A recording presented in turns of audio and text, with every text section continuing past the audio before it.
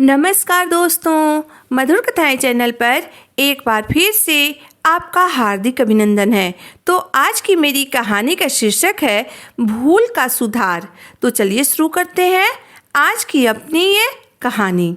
Train अपनी रफ्तार से पटरी पर दौड़ी चली जा रही थी और उस ट्रेन के एक कंपार्टमेंट में मौजूद एक अधेड़ उम्र के यात्री ने जैसे ही अपने कंपार्टमेंट के वॉशरूम का दरवाज़ा खोला, सामने एक 18 वर्षीय लड़का और उसी उम्र की एक लड़की को एक दूसरे से लिपटे हुए देखा। उन्हें यूं अचानक देखकर वह यात्री चौंक गया।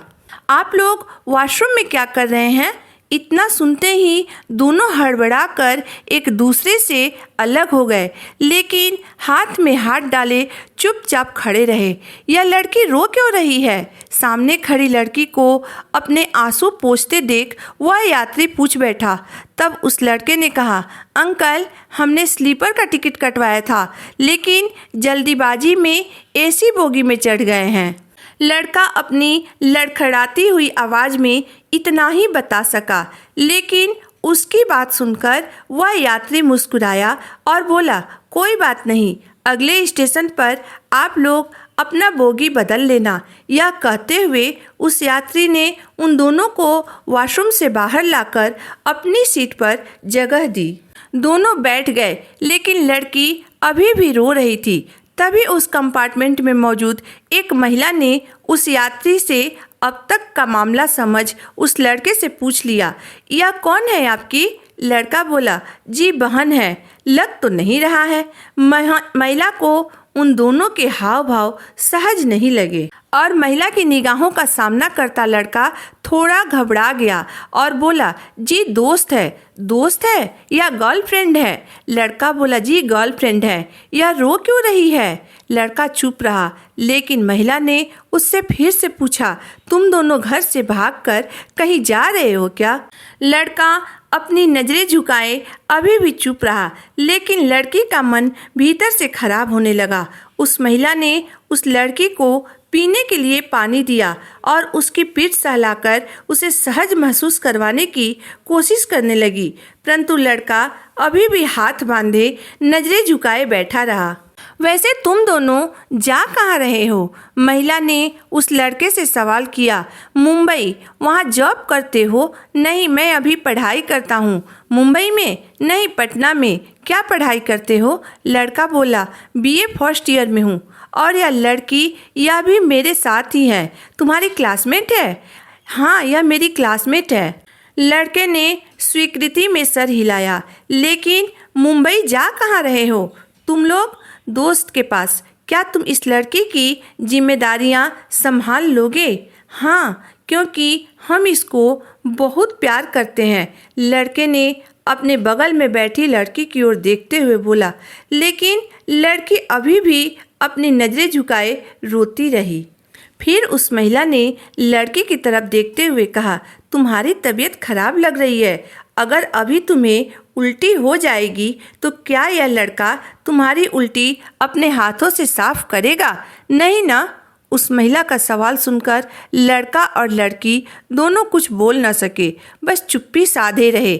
लेकिन महिला ने अपनी बात पूरी की।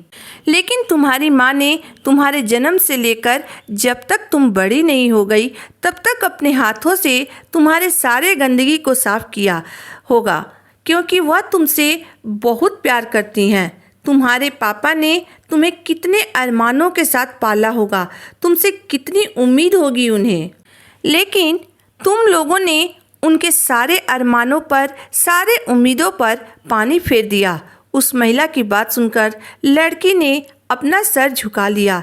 तुम्हारे पिताजी क्या काम करते हैं? बगल में बैठे यात्री ने लड़के से सवाल किया। लड़का बोला, एक होटल में कुक हैं। उन्हें कितनी तनख्वाह मिलती है? लड़का बोला, 10,000 रुपये। तभी उस महिला की नज़र लड़के के पैरों पर गई। उसने उसके जूते को देखकर कहा, तुमने जूते तो वुडलैंड कंपनी के पहन रखे हैं। क्या तुम जानते हो यह कितने के आते हैं?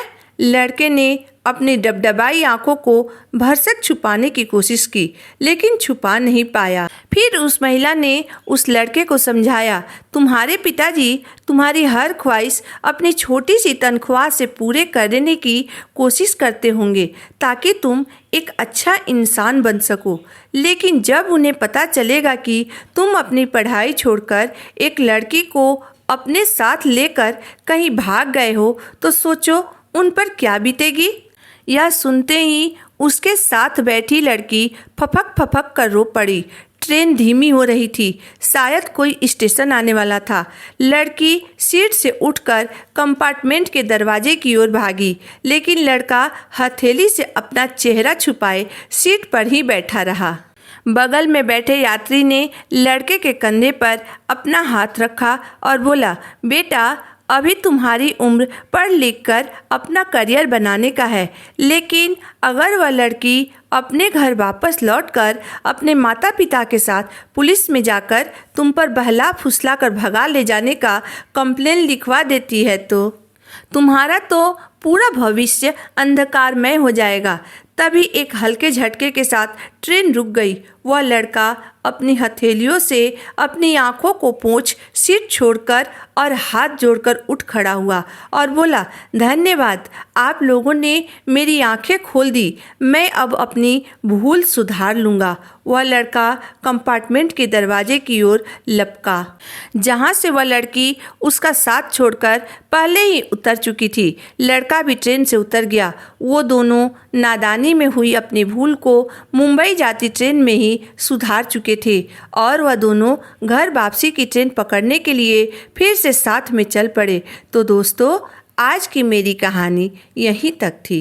दोस्तों, हर माँ बाप अपने बच्चे को बड़े शहरों में पढ़ने के लिए बहुत उम्मीद और अरमानों के साथ भेजते हैं तथा बहुत ही कठिनाई से पैसे इकट्ठे करके अपने बच्चे को देते हैं, परंतु जब वही बच्चा उस पैसे का दुरुपयोग करने लगे और गलत रास्ते पर चल पड़े तो उन्हें बहुत दुख होता है। साथ ही साथ उस बच्चे का भविष्य भी अंधकारमय हो जाता है। इस कहानी को लेकर आपकी राय क्या है, आप मुझे ज़रूर बताइएगा। अगर आपको मेरी कहानी अंत तक पढ़ने और सुनने के बाद पसंद आई हो तो मेरे वीडियो को लाइक कर दीजिएगा, चैनल को सब्सक्राइब कर दीजिएगा। तो फिर मिलते हैं एक नई वीडियो, एक नई कहानी के साथ। तब तक के लिए धन्यवाद।